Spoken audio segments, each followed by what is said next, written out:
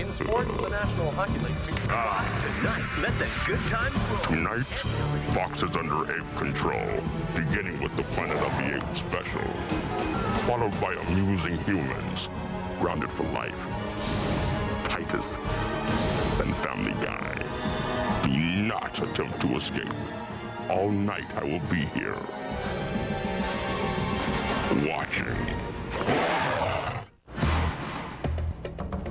Hi, I'm Estella Warren, here today to tell you a story about a world turned completely upside down. A place where once you were the ruler, but now you're the ruled. This is Planet of the Apes, the new movie directed by Tim Burton, starring Mark Wahlberg, Helena Bonham Carter, Tim Roth, Michael Clark Duncan, and myself, plus a few hundred other talented actors who might best be described as tall, dark, and hairy. One day they'll tell a story, and some will say it was just a fairy tale about a human who came from the stars and changed our world.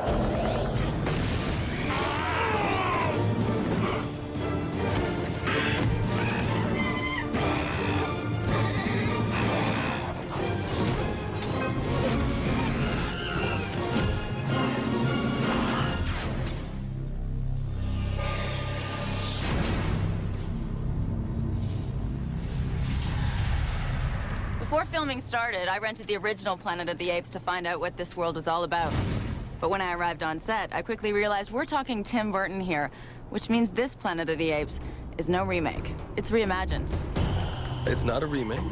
It's not a sequel. This is Tim's take on the Planet of the Apes.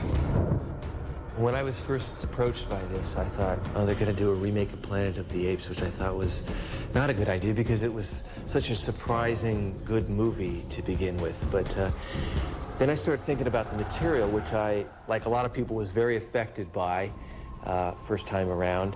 And it just stuck with me. And the idea of sort of reimagining this mythology and just coming at it from a different way and looking at it in a different way was very exciting to me. Mark Wahlberg is our pilot. It's basically set up on a space station, and there's disturbance going on out there.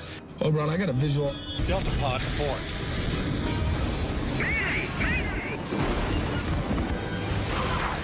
When I arrive on this planet, I find thousands and thousands of hostile apes. It's our world, but turned upside down. It's ruled by apes, and the humans are treated as beasts, as savages, and he gets captured by the army. This one looked at me. You dirty human! When I see these apes and these gorillas that are talking, I mean, just doesn't seem real to me. How the hell did these monkeys get like this? What other way would they be? Be begging me for a treat right now. He is just such an anomaly to us. He looked the apes in the eye right away, and he is determined and proud and aggressive and strong, and we're in awe of him. Who the hell are they? They all want to see this human who defies the apes. Some humans have escaped. Declare martial law. Form the divisions.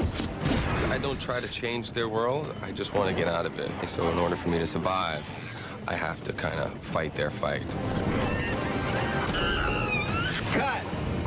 I couldn't think of a more perfect pairing than Planet of the Apes and Tim Burton.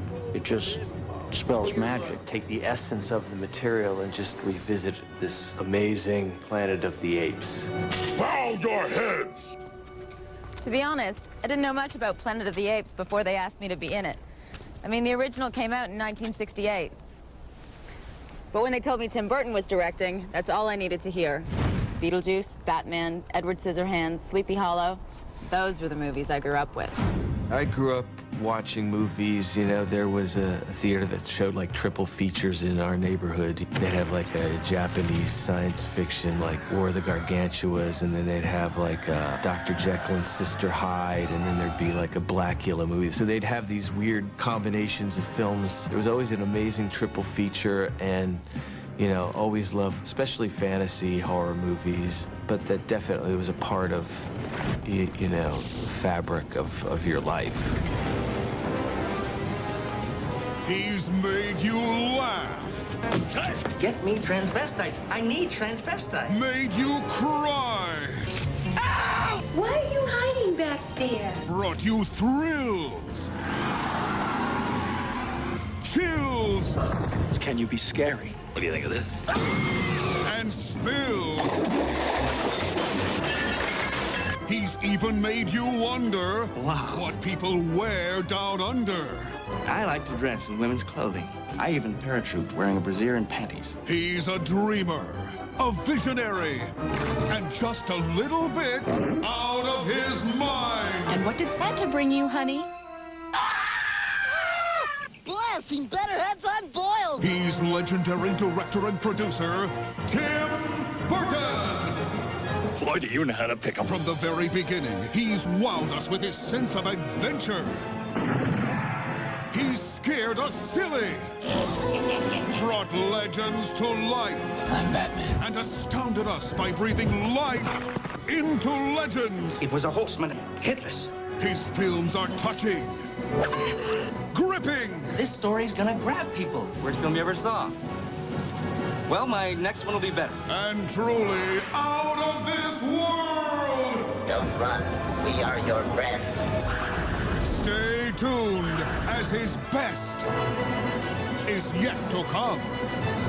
But my true love is choreographing ice shows. And I think that's where my true talent lies. When we return, I'll introduce you to the apes who populate this otherworldly planet. One of the interesting notions in Planet of the Apes is that traditional lines are blurred between man and ape. In fact, during production, I became so accustomed to seeing some of my fellow actors as apes, I often forgot they were actually human.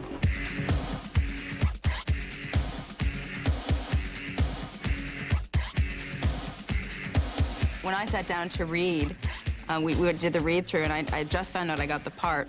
I was sitting there with Mark Wahlberg, Tim Roth, Helena Bonham Carter, Michael Clark Duncan, Paul Giamatti, and me. And I'm kind of like, how did I get here, you know? This is really cool. And now it is time for you to lead. Mark Wahlberg is our pilot. He's really impressive to me in the movies that he's done, and he has a real gravity to him and a strength and a kind of a clarity that we feel kind of goes really good set against this Planet of the Apes. What tribe are you from? U.S. Air Force, I'm going back to it. Estella Warren. She represents, as a human, the more reverse Beauty and the Beast. There's some humans that are slaves and trained to work with the apes, and some who kind of rebel, and Dana was part of the rebellious crew. She's definitely very proactive. Why should you be so difficult? I don't act more like a slave. No, that's not what I meant. Shut up!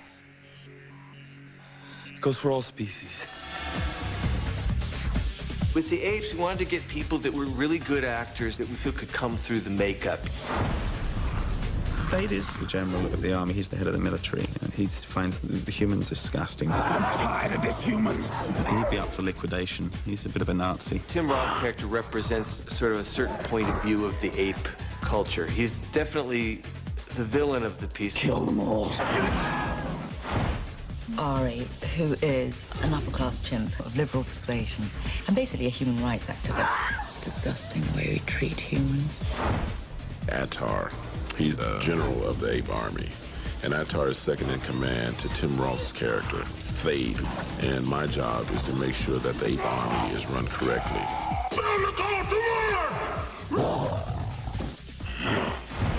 Limbo, who is a slave trader. He deals in human beings. Get 'em out and get 'em clean!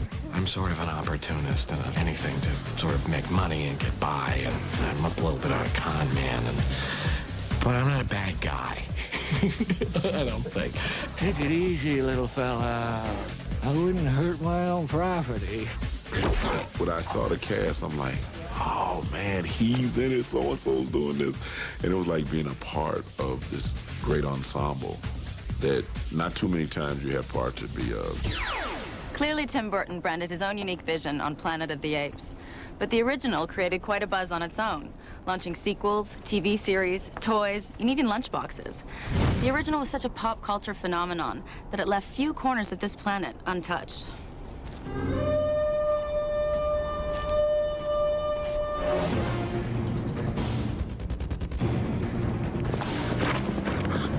I was president of production at 20th Century Fox when we made the original Planet of the Apes. And of all of the films that I made in those years, and I was there for like 9 years. You know, we made over 100 pictures. This is the one, the only one I would have been interested in revisiting as a producer, because I think it has somewhere to go. What is this place? A fella came into my office one day back in 1967, and he had been experimenting with this story. And I read it over the weekend and responded very strongly to it. It was really the first of the space odysseys. This was before Star Wars or Lost in Space or Alien or any of those. We knew we had a good picture all along. You never know how an audience will accept it. But when we had the test screening, it was a huge success, and we really knew we were home free on it. I always had a fascination with it. I know growing up, I used to love the Planet of the Apes movies. To watch them over and over again, because it was a fascination with people transforming, you know, and people using makeups. The design of the movie was so classic that it never got dated. Like sometimes you see science fiction movies from 30 years ago, oh yeah, you know, in the future everything's gonna look like a disco. But the way it was just, the design was so simple and basic that it never looked like some cheesy movie from the 70s. As a kid, I loved them all. There was absolutely no critical faculty involved at all. I loved everything. A World of Apes really captured your imagination, and that follows through today. I have a 2-year-old, and we watch Planet of the Apes together. And, you know, monkeys? I'm like, yes, monkeys. And one day they'll take over, so be good, you know. Growing up in Nassau in the Bahamas, we didn't really have gorillas and apes. We didn't have zoos. So, you know, the movies became my zoo. It's exciting for me because it presented something that, you know, my mind couldn't fathom. Now I'm excited as a grown-up because I get to go back and relive those feelings and emotions with Tim Burton, bringing that back to life. Take your stinking paws off me, you damn dirty ape! So, Austin, what's the future like? Well, everyone has a flying car, and the Earth is ruled by damn dirty apes! As Dr. says.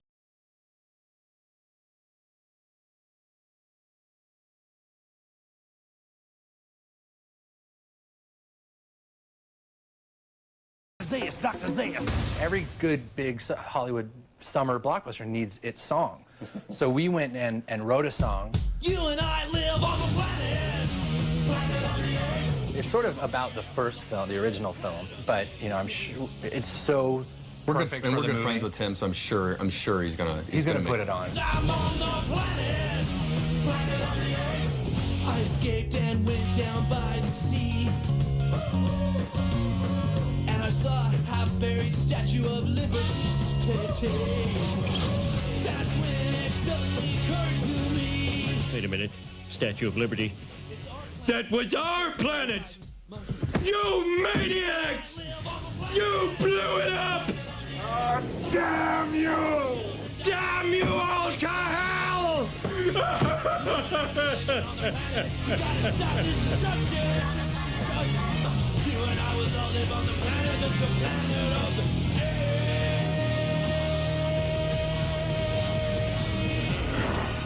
I'd just die if he didn't put it in. You gotta be kidding me. As innovative as the original was, when we come back, I'll show you how 21st century technology has taken apes to the next level. Creating Planet of the Apes wasn't about altering our world, but about inventing theirs.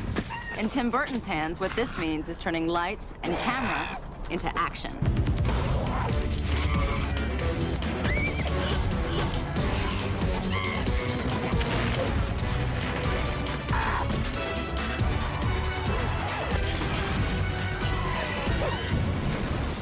It was important to try to weave in certain ape mannerisms. I wanted to give the actors the opportunity to learn about ape movements, not to act as an ape, but to have that in their repertoire. So it wasn't just people talking in ape mess. Send in the first wave.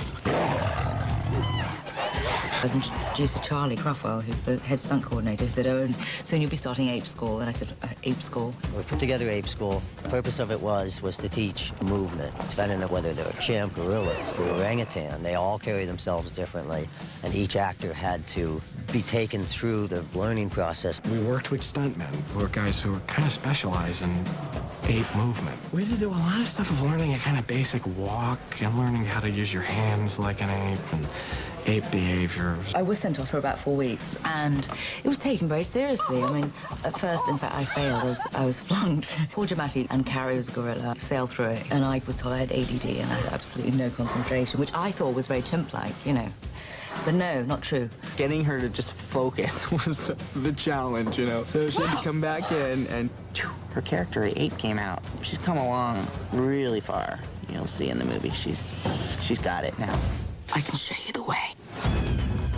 We wove in certain traits because there's certain traits that are interesting and somewhat connect with human traits, and so we're just trying to find that balance and level, and also show their strength and anger and certain things, that their certain primal nature comes out.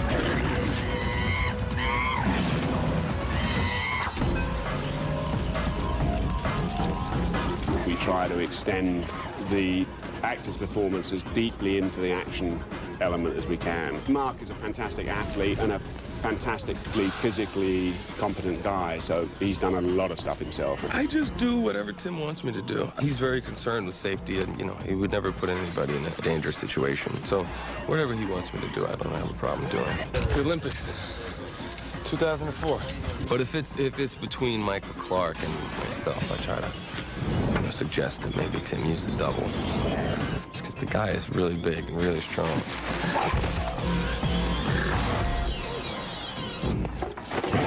Right now, I'm doing a horse stunt. So if you look here, you see me. If you look right there, you'll see me. And if you look out there, you'll see me. I have 3 different attitudes today. So you don't know if you're really talking to Michael Clark Duncan or not. You're not positive it's me or not. You don't know who it is. You don't know which one is which. I might be the stunt double. This might be Michael Clark Duncan, or is that Michael Clark Duncan out there? You just never know what you're gonna get. Who's in charge here? Action and movement was only half the story behind creating believable apes for this exciting new world. To finish the job, 6-time Academy Award-winning makeup artist Rick Baker was called in to work his unique brand of magic.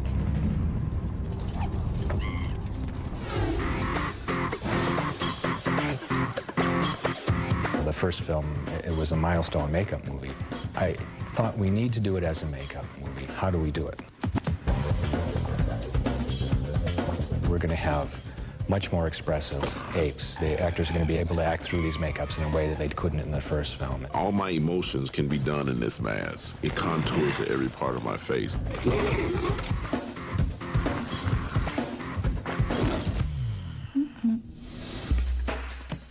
You have to take a mold of your whole body for your costume and everything, so I never did that. We'll do your whole head. Your ears will be covered, though.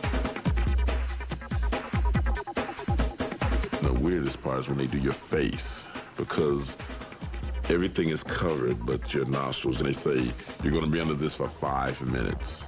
And they just say, lean back, and it goes in your mouth because they have to get your lips. I got some big, perfect lips. Look at that.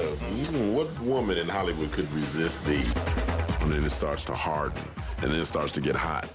And that's when your mind says, you know you're getting ready to die, don't you? You know this is it for you. They tricked you. This will be the negative of your face, which then we take and fill a plaster to get the positive. What I do. I think the size of the makeup and wardrobe in this show is historic. I don't think there's a movie that has done a bigger job than this. Every day we use a new set of foam rubber appliances, so we have 2 makeup artists per actor, and we go through a lot of rubber and a lot of appliances. I really don't know the numbers, but it was a lot.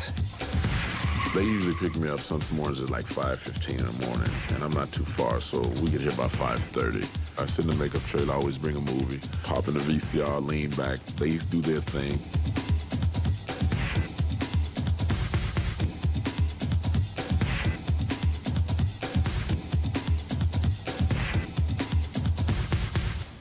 The transformation is now complete. I actually was surprised at how it's actually okay to deal with, but really it's only okay to deal with when you're working. If you spend, most of the day sitting around waiting, it makes that, which is normally annoying for an actor, it makes that a million times worse. It feels like you have a very, very bad head cold, constantly. You have to drink a lot of water because it gets hot in the thing. And it's even kind of exhausting just wearing the stuff. And then you have to look in a mirror when you eat lunch because you don't want to get food all over your muzzle. And you have to eat with chopsticks so you can kind of get the food back into your mouth. Eating becomes the most depressing time of the day. And also you see everyone else wandering around eating hot dogs and having a bowl of chili and stuff during the day, and you literally can't do that. I think it's going to be eye candy, a visual treat, this movie. There's so many talented artists involved with it. They're going to see a Planet of the Apes in a way that they haven't seen it before, and I think it's going to be a good way to see it. We'll be back in a moment, as I obviously have a little more to show you. Well, there it is, a first look at a brave new world. Planet of the Apes. Now, if you don't mind, I better be going. This is a very dangerous place for humans. Bye. Where do you think you're going? I think it's fair to call this hostile territory. Keep your eye on this one. He's feisty. Who are you? Somebody trying to get the hell out of here. Some humans have escaped. Get me the spaceman. I want to talk to him before he dies. He's not in the city. I will hunt him down myself. Here they come.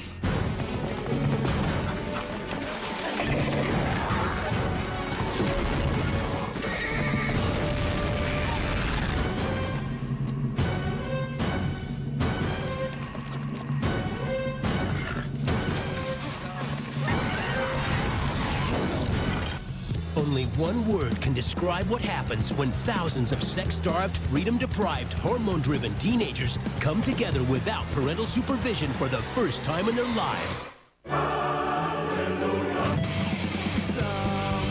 This fall, forget about home. Mom, will you just wake up Grandma and leave already? There's no place like a co-ed dorm. We can't do this. I'll go fast like a man. Just give it. No, wait. Okay. Undeclared, a new comedy, Fox Fall.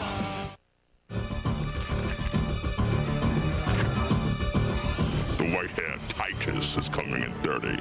But now, here's a pack of humans ungrounded for life.